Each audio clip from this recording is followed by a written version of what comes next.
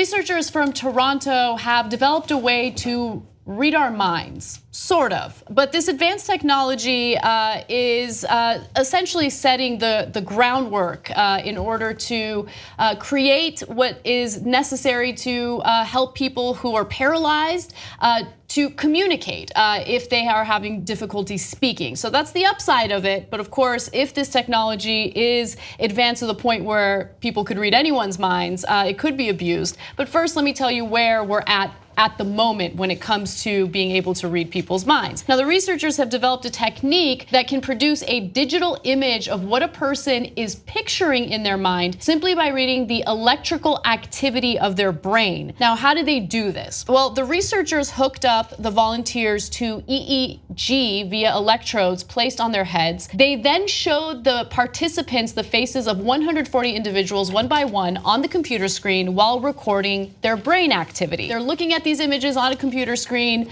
The electrodes that are connected to their head is basically measuring the activity of their brains. And then this is where things get super interesting. On a computer installed with special machine learning algorithms, the team recreated the images of the faces that the participants were looking at using the data recorded by the EEG. Essentially, the algorithm searched for brain signals related to the mental image that the volunteers were holding in their mind and reproduced it as a digital image. So think about it this way. They look at images on a computer screen, someone's face, for instance, in this case.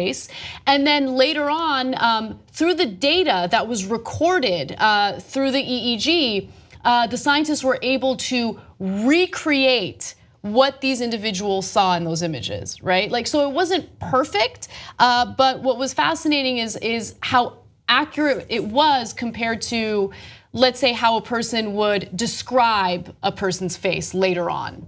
Yeah. So when I first saw the headline, I was like, not buying it. I know we get all these futuristic articles, and sometimes people get carried away. Now they're going to be able to read your mind. And when's the holodeck coming? Okay, that's the thing I'm interested in. And sometimes people promise that, and I still ain't here, right?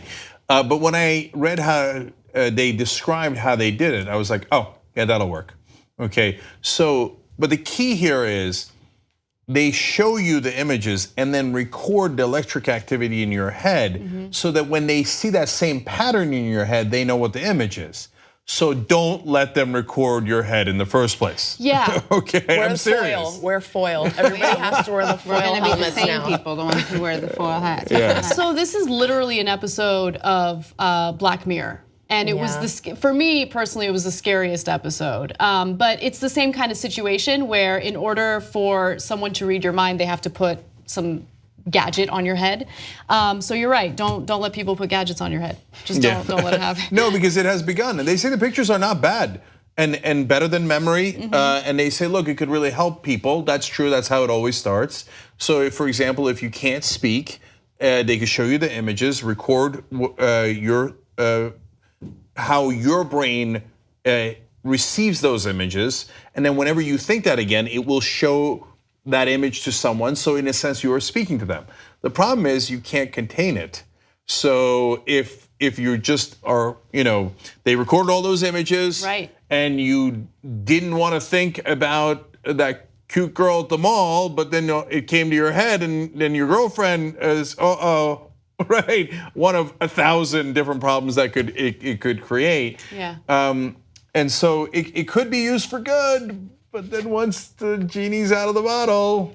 Could be really helpful in the Time's Up and Me Too movement. I mean, you could just have a ton of evidence there for sexual harassment in the workplace, but I mean, there's a lot of ways in which this could be abused. It starts to feel like transfer of consciousness is not too far away after this. I hate all of this. I'm sorry. I do. I don't like any of it. I see how it could potentially be good, but just doing a quick cost-benefit analysis and knowing how technology already gets abused and used against us, I just don't want any of this.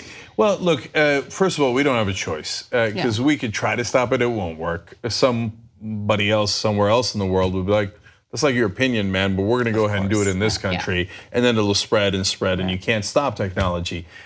But I like the spin that Simone put on it as a part-time transcendentalist and Taoist. That if we then use this to share consciousness in a sense, then we all become one. Buddhist surveillance. Yeah. I like it. The NSA starts, they're like, oh, Taoism, I like this. But the one good thing, seriously, is that if we all find out what each other are thinking, in the beginning, there's gonna be madness and terrible things that people find out, like, what in the world, right? And then probably, hopefully at some point, people go, oh, so everybody was thinking it. What you just watched was one of the videos that we do today, but we actually do a whole 2-hour show every single day. It's a podcast. You could watch it in video or listen to it as audio. You can download it, you can stream it, and you get it completely ad-free if you could become a member of the Young Turks. tytnetwork.com/join.